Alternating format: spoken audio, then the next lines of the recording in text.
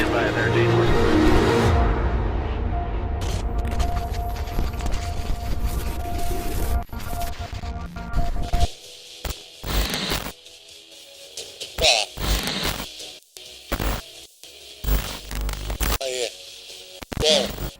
Vocês estão vendo, eu estou no cometa Churyumov-Gerasimenko, um cometa muito conhecido, e hoje o Conexão Ciência vai ser sobre esse corpo celestial que é o espetáculo. Eu sou o Michael Mello e vamos falar sobre cometas com o nosso professor Ângelo. Por favor, Ângelo, chegue aí. Tá oscilando aqui. Oh, tá difícil. Como vai, Michael? Vai, tudo bem, como está? Joia. É um prazer receber você aqui nesse cometa lindíssimo, não é? Prazer é todo meu. Que isso, rapaz. Ó, e o Conexão Ciência é sobre cometas hoje. E você é o mais especializado que eu conheço em cometas. É ou não é? Sim. Agradeço pelo elogio. Professor, deixa eu te perguntar uma coisa. Por que esse fascínio pelos cometas? Por que você adora tanto trabalhar cometas? Ó, desde a década de 80, com a passagem do cometa Halley, eu pesquiso estes astros viajantes do espaço. E tive a oportunidade de pesquisar a respeito do cometa Halley em 86, cuja pesquisa evidenciou com sondas, 5 na verdade, uma europeia, 2 japonesas e 2 russas. Tem muita gente já pesquisando nisso, né? Há muito tempo. Sim. Interessante. E deixa eu te perguntar uma coisa. Eu sei que você tem um site sobre cometas, você Eu- mapeia os cometas também, né? As órbitas, a gente vai entrar sobre detalhes, né? Com relação a esses corpos celestiais, mas você é um aficionado mesmo por esses corpos celestiais, né? Correto. Eu tenho um site e um blog, né? Ah, sim. Como chama o blog, por favor? O pessoal de casa quer mais acessar. Cometas Zone. Cometa Zone. Exatamente. Aí tem E alguma o coisa... site é Cometografia. Cometografia.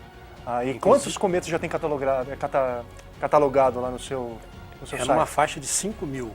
5 mil já? Lembrando que os periódicos atualmente são 355. Ah, sim. Provavelmente nessa semana deve subir para 361. O que é um cometa? Não, pessoal, assim, tudo bem, é uma coisa que passa lá em cima no céu, mas teve um debate muito grande lá atrás, porque eu não sabia se realmente isso estava na atmosfera ou não, não é? Exatamente. E o que é, então, um cometa? Em 1950, o Fred Whipple, que já é falecido, Não. ele cunhou o nome de bola ou rocha, né, de É. gelo suja, onde tinha algumas moléculas. Sim. Depois a gente pode entrar em detalhe Sim. na estrutura. E tem um núcleo, uma coma e cauda. Essa é a estrutura de um cometa. O cometa, na verdade, é um nome grego, vem do grego. Cometas, que fala de cometas. cabeleira, de cometas, é isso. Quando disse coma, é também dito cabeleira.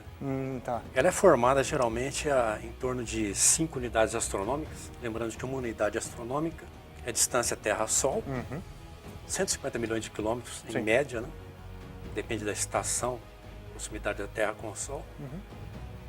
E aí ele começa a formar a coma, que é uma estrutura que fica envolta ao núcleo, e alguns não têm ainda a presença de cauda.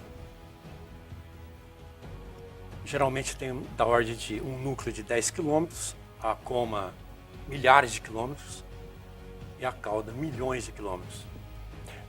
Então não é uma regra que todos os cometas tenham caudas. Nem todos os cometas têm caudas, é isso? Sim, a coma e a cauda será formada depois que o astro adentrar o sistema solar. Ah, sim. Deve estar relacionado com o Sol, Sim, com os ventos solares? exatamente. Ah, Devido aos ventos solares, as partículas, seria uma radiação, né? Que toca as partículas do cometa, depende do tamanho do grão, começa a ter um espalhamento, sim. e na verdade são 2 caudas. Uma de poeira, que acompanha o arrasto do cometa, e a outra, então ela... A velocidade é altíssima, não é? A velocidade do cometa, por exemplo, é relativa à Terra. É uma Sim, velocidade muito alta. por exemplo, Alguns chegam a ser maior que a velocidade do som. sim, o Halley, na última passagem em 86 no periélio, que é o periélio, a distância mais próxima do Sol, estava com uma velocidade de 55 quilômetros por segundo. Uma velocidade altíssima. Lá nos confins, que é o afélio, né? Mais sim. afastado, é da ordem de 10 quilômetros por segundo. Ainda é alto. É. Mas ainda é muito alto. Então, retornando ao fato de que na proximidade ao Sol, ele tem o aspecto de duas caudas. A gente observa apenas uma, né? E a outra cauda é iônica. Então ela só é formada com a proximidade ao Sol. Mas qual A é nossa estrela. a direção dessas duas caudas? Elas não chegam sim. a ser na mesma direção ou Como eu disse, tem uma mudança? o cometa tem uma cauda que acompanha o arrasto dele, Sim. a trajetória do cometa, que é a cauda de poeira. Tá. Ao passo que a cauda iônica era completamente oposta. Era 180 graus mesmo. É, contrário diametralmente ao Sol. oposto. Sim. Contrário ao Sol. Sim. Então, às vezes, ela tem uma direção na proximidade. Depois da passagem do periélio, ela reverte o seu sentido. Sempre em oposição ao Sol.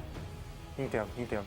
Por exemplo, o mais comum, que ocorreu em 97, um cometa exuberante, o cometa Halley-Bopp, tem um nome parecido do Halley. Esse é um outro cometa. É. Uma foto, ele tem aquela cauda de poeira mais amarelada, esbranquiçada, e a outra iônica, azulada, que é devido ao átomo ionizado do monóxido de carbono. Então ele vai ficar um CO+. Então perde um devido a esse composto específico que dá essa característica azulada. Exatamente. Então depende, a maioria é esverdeado, como disse o C2, mas nesse caso, um cometa muito bonito, em 97, eu acompanhei, formou essa cauda iônica. Mas você não vê a olho nu, porque é próximo do ultravioleta, né? Sim. Então você só percebe aquela cauda mais amarelada, esbranquiçada. Bom, mas eu acho que o pessoal de casa também deve estar perguntando, pô, mas são tantos cometas, são tão difíceis de catalogar e de registrar esses cometas, porque uns passam tão próximos ao Sol, outros talvez nunca mais vai voltar. E quais são os estudos, então, que envolvem a questão das órbitas, a questão da periodicidade, como você disse? Exatamente. Tudo começou com as leis de Newton, Kepler. Inclusive tem uma das leis que fala que o Sol ocupa um dos focos, né, de uma elipse. Mas nem todos os cometas têm uma trajetória parecida a um planeta, né? Então, o cometa Encke, devido à excentricidade, tende a ser uma circular.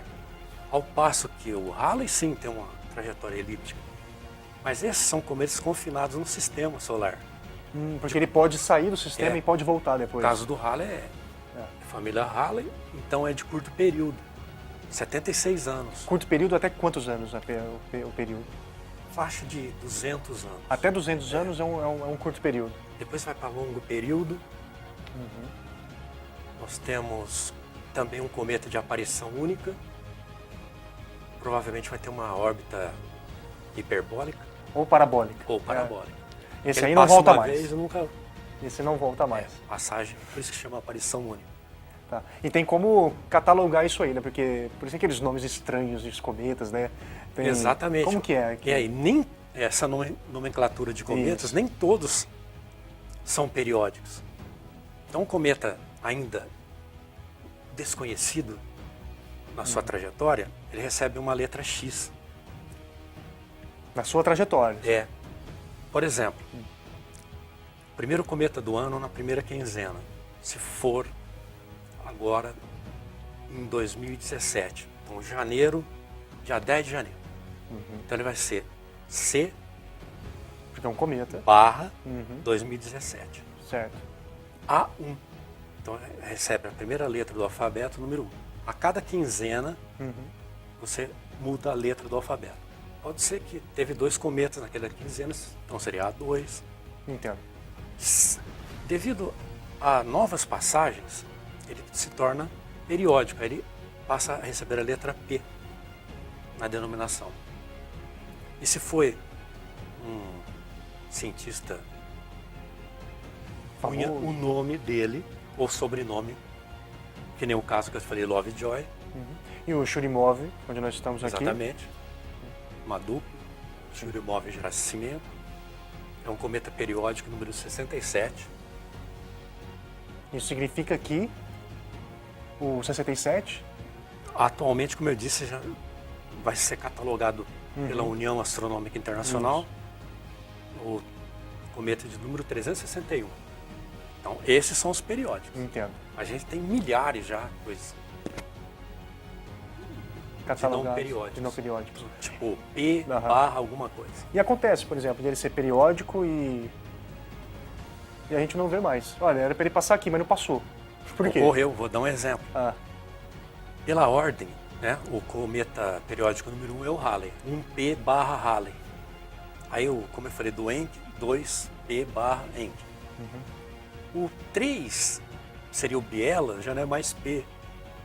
Era periódico, agora recebe a letra D. E ele desapareceu. Desapareceu. E o que deve ter acontecido então com ele? Tem uns que ainda aguardam o seu retorno, mas no caso dele, foi destruído, perdido. E ele deve ter colidido com alguma coisa, ele deve ter perdido toda a sua massa, como que é? Ou ele parou da onde ele veio? Exemplo, o cometa Schwarzmann-Wachmann, número 73, ele teve uma ruptura, gerou uma fragmentação e agora só o fragmento C é mais evidente. Tá? Continua sendo periódico. Ele ficou dividido em dois. Exatamente. Não, outros fragmentos. Porém, o fragmento C é o que sobressaiu, é o que está catalogado como periódico. Entendi. A composição, por exemplo, só voltando lá na composição dos cometas, dizem que é um corpo muito escuro, né? Dizem que não reflete muita luz. Difícil de visualizar quando não tem cauda, né? Então, por que isso acontece? Exemplo, essa escuridão é dito albedo. Em 86, com essas pesquisas, a gente não tinha tecnologia em 1910 na passagem anterior do Halley. Então, a sonda Giotto atravessou o núcleo do cometa. E foi uma grande surpresa, porque a ciência admitia uma reflexibilidade alta e deu um albedo da ordem de 4%. Então é muito baixo, cara. Muito escuro. É muito escuro. O asfalto, o que nós temos é 7%, Exatamente. 8%. É mais escuro que o asfalto. Não é? Tem cometas que da ordem de 2%, 3%. Isso acontece, por exemplo, cada vez que ele passa por uma estrela, ele vai aumentando cada vez mais a sua escuridão, ou seja, vai diminuindo cada vez mais a chance de transmitir luz, ou de refletir a luz. É possível. Querendo o Halley, como eu disse, a perda de 1% de massa a cada passagem. Então, se ele tem menos elementos voláteis para dar aquela luminosidade, provavelmente ele vai se tornando um corpo inerte. Aí, na hora que não tiver mais elementos químicos voláteis para gerar aquele brilho, ele vai se escurecendo cada vez mais. Então, aparentemente é lógico pensar nesse sentido de que ele vai escurecendo a cada passagem. Entendo. Por perda de material.